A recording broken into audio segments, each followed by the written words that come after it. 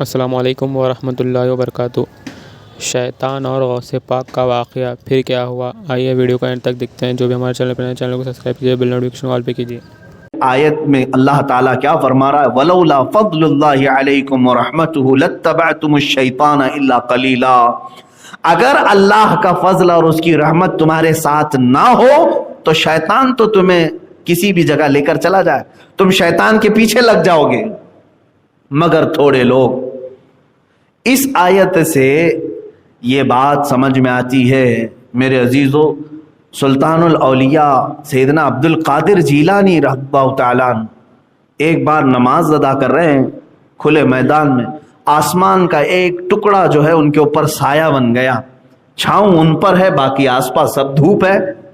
آپ نے نماز ادا کی، کسی اور کے ساتھ ایسا ہو تو وہ سب اپنی اتنی بڑائی ظاہر کر دے کہ میرے ساتھ تو آج بڑی کرامت ہو گئی ہے۔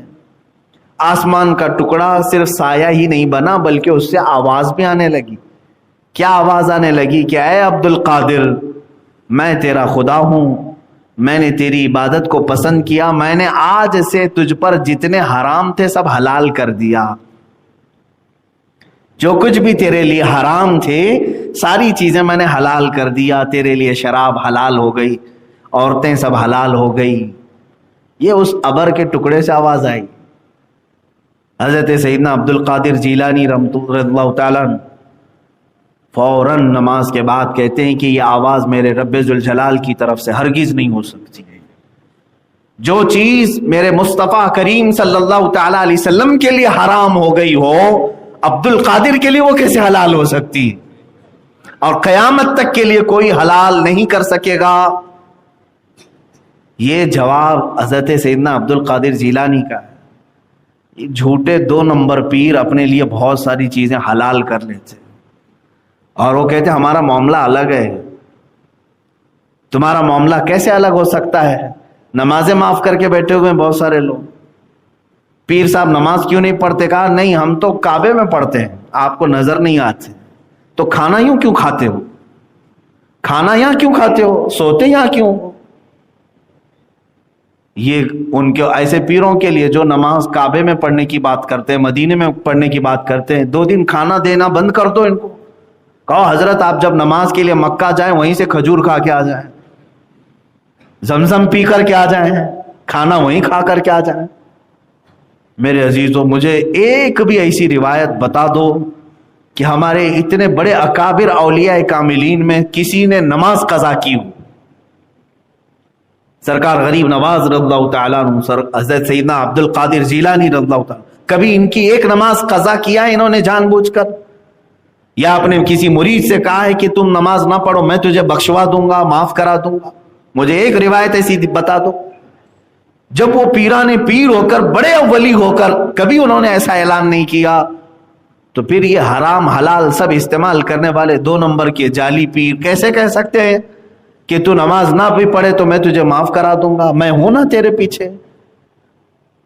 بہت سارے مرید اسی بات میں ہیں، پیر صاحب بخشوا دیں گے۔ کہاں بخشوائیں گے؟ وہ خود جہنم میں جا رہے ہیں اپنے بدعمالیوں کی وجہ سے۔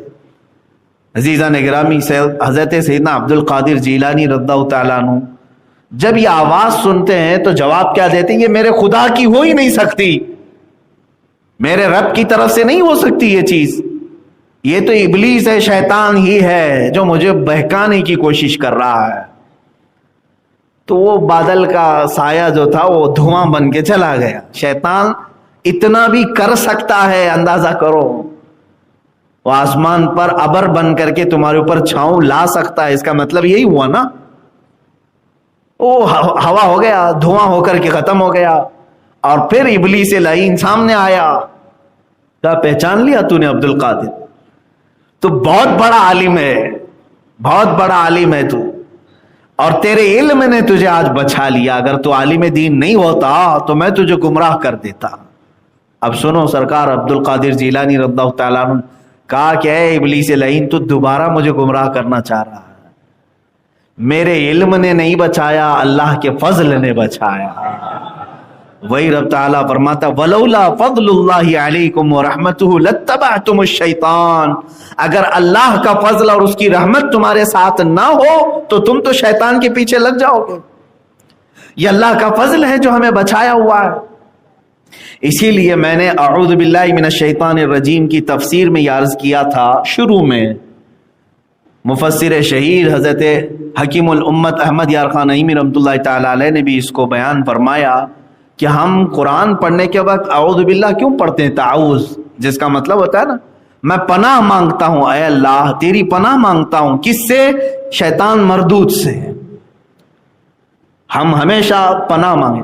اور آپ تو یہ سوچتے ہوں گے کہ صرف قرآن پڑھنے کے وقت تعوذ پڑھنا چاہیے، بلکہ ہمارے بزرگوں نے بہت ساری زندگی میں عملیات بھی بتائے ہیں کہ تعوذ پڑھو آپ۔ جب آپ کو گناہوں کی خواہش ہونے لگ جائے اور اپنے آپ کو کنٹرول میں نہیں لا پا رہے ہو تو اعوذ باللہ کی کثرت شروع کر دو۔ اعوذ باللہ من الشیطان الرجیم، اعوذ باللہ من الشیطان الرجیم، زیادہ سے زیادہ پڑھنے لگ جاؤ۔ اعلیٰ حضرت فاضل بریلوی رحمۃ اللہ تعالیٰ علیہ خود فرماتے ہیں کہ میں سب سے زیادہ تعوذ پڑھتا ہوں۔ غصے سے بھی بچو گے، بہت ساری ایسی خرافات جو تمہاری نیکیوں کو تباہ کرتی ہیں ان سے بھی بچو گے، کیونکہ یہ سب شیطان کے عملے ہیں۔ اور جو تعوذ پڑھا، اعوذ باللہ پڑھا، اس کے ساتھ ہوگا کیا؟ مثال کے طور پر میں آپ کو بتاؤں کہ آپ اللہ سے ڈائریکٹ پناہ مانگ رہے ہیں، اللہ کی بارگاہ میں ڈائریکٹ پناہ مانگ رہے ہیں کہ اللہ تو خود بچا لے مجھ کو، تو خود بچا لے۔ اس کو انہوں نے ایک مثال سے، مفسر شہیر نے ایک مثال سے یوں بیان کیا، کبھی آپ نے اپنے کسی ساتھی کے بڑے گھر یا وزٹ کیا، کبھی ملاقات کی لی، یا چلیں کسی ایسے کے گھر جانا تھا جس کے گھر کے چوکھٹ کے باہر کتا بیٹھا رہتا ہے، پالا ہوا ہو یا پھر ایسے ہی روٹی ڈالنے پر بھی پل گیا ہوا ہو۔ آپ دیکھے ہوں گے، آپ اپنے قریبی عزیز کے گھر جا رہے ہیں اور گھر کے قریب پہنچے ہیں، دروازے کے پاس کتا بیٹھا ہوا ہے، بھونک رہا ہے، آنے نہیں دیتا۔ آپ نے بچنے کی بہت کوشش کی، کبھی ادھر سے کبھی ادھر سے، لیکن کتا بڑا ڈینجر ہے، وہ وہاں بھونکنے لگ جاتا ہے۔ پھر آپ کیا کریں گے؟ لکڑی بھی اٹھائے، پتھر بھی اٹھائے، لیکن وہ طاقتور تھا، کسی اور جگہ سے حملہ کر دیتا۔ تو آپ نے آواز لگائی اپنے دوست کو ہی، کہا کہ بھائی باہر آ جاؤ ذرا، تم اپنے کتے کو سنبھالو، مجھے اندر آنے نہیں دے رہا ہے۔ تو یہ ایک دنیا کی مثال ہے تقریب فہم کے لیے۔ وہ آیا، کتا اسے جانتا ہے، کتے سے اس نے تم کو الگ کر دیا اور دروازہ کھلا، اندر چلے گئے۔ تو یہ تو ایک دنیاوی ایک تقریب فہم کے لیے بتایا گیا، بلا تشبیہ بلا تمثیل۔ اللہ کی بارگاہ میں ہم نہ کوئی مثال دے سکتے نہ کوئی تشبیہ۔ مفسر شہیر احمد یار خان نعیمی رحمۃ اللہ علیہ فرماتے ہیں، شیطان یہ ایک ایسا کتا ہے جو چھوڑا گیا ہے، وہ مردود ہے، اللہ سے اس نے چیلنج کیا اور اس کے راستے پر آنے والوں کے لیے بہکانے کے لیے اس کے راستے پر بیٹھنے کا وعدہ کیا ہے۔ لَأَقْعُدَنَّ لَهُمْ صِرَاطَكَ الْمُسْتَقِيمَ، میں تیرے سیدھے راستے پر بیٹھ جاؤں گا، اور جو اس راستے سے گزرے گا، کبھی اس کے سامنے سے، کبھی پیچھے سے، کبھی دائیں سے، کبھی بائیں سے، میں آ کر اسے بہکاؤں گا۔ یہ 8ویں پارے میں آیت ہے، شیطان نے اللہ سے یوں کہا ہے۔ تو آپ ظاہر سی بات ہے اس کے دربار تک پہنچنے میں یہی کتا حاوی ہو جاتا ہے، حائل ہو جاتا ہے، درمیان میں آتا ہے۔ کیا کریں ہم اس سے؟ کیسے بچیں؟ تو اسی لیے حکم ہوا میرے آقا صلی اللہ تعالی علیہ وسلم کا کہ تم اپنے طریقے سے جتنی بھی کوششیں کرو گے اس سے بچنے کی، یہ کسی نہ کسی راستے سے پھر آ جائے گا، تو ڈائریکٹ اس کے مالک سے کہو جو اس نے اس کو بھی پیدا کیا۔ اعوذ باللہ، میں اللہ کی پناہ مانگتا ہوں، اے اللہ میں تیرے بارگاہ میں التجا کرتا ہوں کہ اس ابلیس سے لعین کے شرارتوں سے تو مجھے بچا لے۔ اور اللہ جس کی حفاظت پہ آ جائے پھر شیطان کا داؤ اس پر نہیں چل سکے گا۔